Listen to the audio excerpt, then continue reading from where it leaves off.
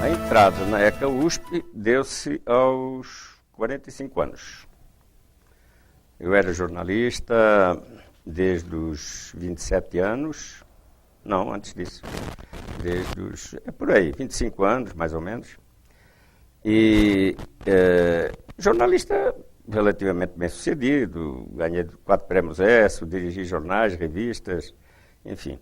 Mas quanto mais eu avançava na profissão, mas eu me preocupava com a incapacidade de compreender as contradições do jornalismo. A cultura jornalística é muito pobre, não oferece resposta a dúvidas, oferece receitas. E aí eu resolvi estudar.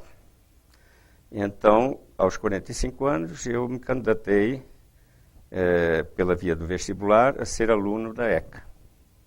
E entrei.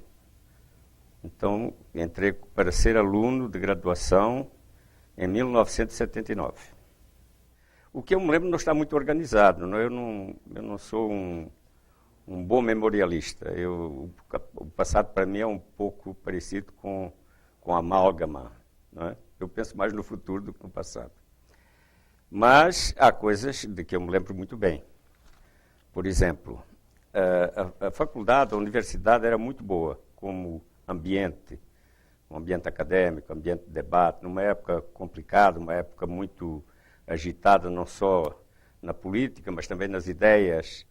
Então, era um ótimo ambiente. Mas o curso de jornalismo era ruim, eu diria até bastante ruim. Então, são 2 marcas que estão aí assinaladas na memória. Mas a classe era muito boa. Nós formávamos um grupo noturna, era uma classe noturna. Nós formávamos um grupo, havia ali um núcleo bastante crítico, bastante pensante, e que não tinha medo de dizer as coisas e não tinha medo de reivindicar coisas. Então, isso de alguma forma compensava as precariedades do curso no que se refere principalmente ao currículo e também a um quadro, digamos, de docência que não favorecia o aprendizado do jornalismo, o estudo do jornalismo. Nós tínhamos essencialmente, tínhamos 2 grupos de professores.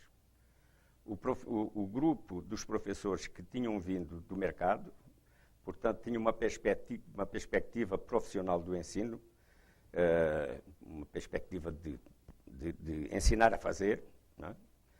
E o grupo dos professores que vinham de cursos mais académicos, filosofia, sociologia, antropologia, que de uma maneira geral eram muito bons, mas que não colocavam os conteúdos que nos passavam em função do jornalismo.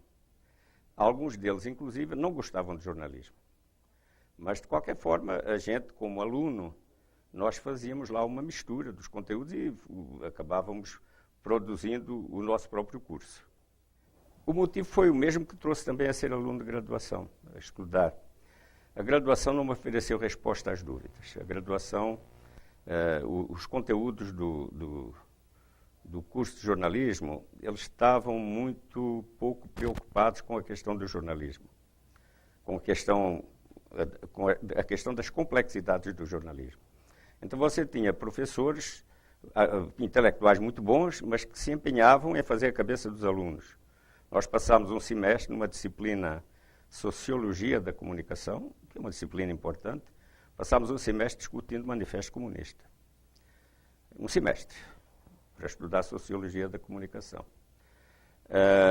E os professores de jornalismo não tinham formação académica. Então faltava não só metodologia didática, mas faltava também substrato intelectual para entrar no jornalismo, não pela perspectiva de como se faz, porque o como se faz, ele brota e assenta num receituário que é perfeitamente questionável.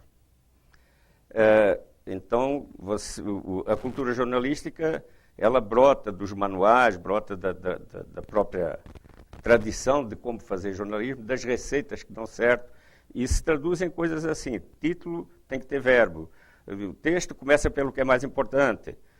E isto é um bom exemplo, porque em vez de dizer que o texto começa pelo que é mais importante, poderia-se ensinar a decidir o que é mais importante e porquê. Não é? Então, era um curso realmente, sob o ponto de vista académico, um curso bastante precário. Nós passámos 4 anos sem fazer um laboratório, sem fazer uma experiência. O que nós fizemos foi mais, conseguimos fazer, foi mais por iniciativa nossa, por briga nossa, não é?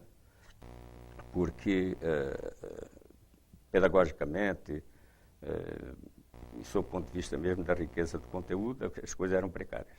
E aí, como a graduação não me ofereceu respostas, eu resolvi entrar na pós-graduação para continuar a estudar, encontrar teorias e, se possível, produzir teorias.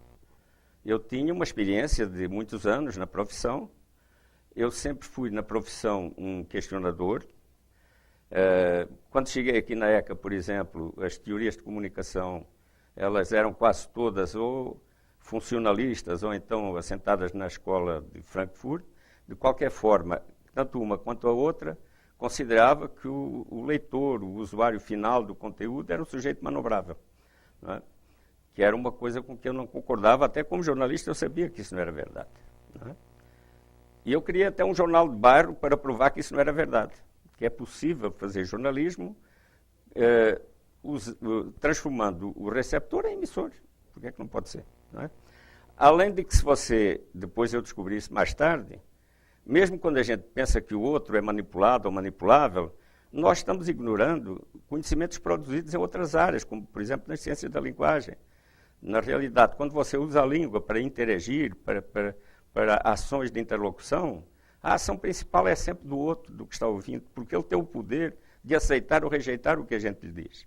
Então, eram teorias convenientes a certas correntes ideológicas, mas não correspondiam a uma postura preocupada com o conhecimento. E aí, na pós-graduação, o mestrado, eu fiz um estudo que me pareceu interessante. Ainda hoje é um estudo que, de alguma forma, antecipou, trabalhou antecipadamente com uma questão que explodiu depois, na década de 90, que é a importância das fontes, a relevância das fontes nos processos jornalísticos. A autonomia que as fontes e a competência também que as fontes desenvolveram para serem protagonistas do processo jornalístico, como autoras de acontecimentos, autoras de falas e, portanto, geradoras de conteúdos. E protagonistas dos conflitos. E as fontes eram desprezadas pela cultura jornalística. Então, o meu mestrado foi uma proposta uma proposta conceitual de assessoria, modelos de assessoria, modelos jornalísticos de assessoria de imprensa. E depois, no doutorado, eu segui uma linha de pesquisa original, mas e uma linha teórica que me ajudou muito, que foi nas ciências da linguagem, a pragmática. E aí eu desenvolvi as minhas linhas próprias de pensamento e de análise, enfim. E aí eu acho que encontrei as respostas aí na pós-graduação. Entendi. Ou encontrei ou produzi as respostas. A ECA, como espaço universitário, como parte da Universidade de São Paulo, era um espaço muito bom, academicamente muito bom, intelectualmente bom. O ambiente era um ambiente criativo, era um ambiente de conflitos, era um ambiente de pessoas ideologicamente vivas e ativas, e culturalmente também muito preparadas para se relacionar com o mundo. Agora, a qualidade do curso não correspondia a esse ambiente. Então, a ECA, como espaço universitário, era muito boa, era um ambiente muito bom. O curso era um permanente desafio a questionamentos, era uma solicitação permanente a questionamentos.